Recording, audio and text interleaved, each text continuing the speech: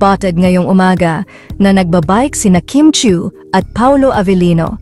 Sa kuha ng kanilang kaibigan ay makikita ang dalawa na tila enjoy na enjoy ang kanilang bike bonding ngayong umaga. Kilig na kilig naman ang Kim Pao fans sa maagang ayuda ng dalawa. Anila ay tutuksuhin na naman si Kim Chiu sa It's Showtime dahil sa muling pagsasama nila ni Paolo Avellino kapag ito ay pumasok. Samantala ayon sa ilang Kim Pao fans ay kasulukuyan ng nagtitaping si Kim Chiu at Paolo Avellino ngayon para sa kanilang upcoming movie na My Love Will Make You Disappear.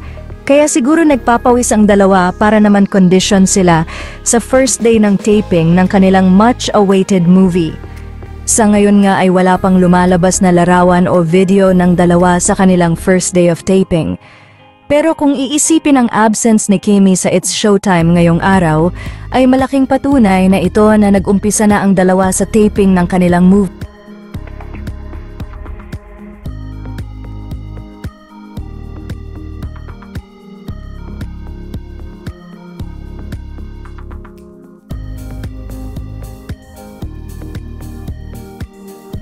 Hello Choosies! Join Glutassee's 70th birthday blowout and get a chance to win 5,000 pesos worth of Glutassee products. All you have to do is just post your most caring and glowing photo together with your friends while holding your favorite Glutassee products. Just like this. In the caption, share how long have you been a Glutassee user and how Glutassee helped you and your friends achieve a healthy, radiant glow.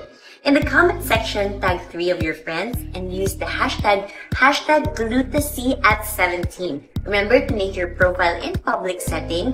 5 lucky winners will be chosen to win 5,000 pesos worth of Glutassee products. And don't forget, submission of entries is from October 1 to October 31, 2024 only. Good luck, Glutasees!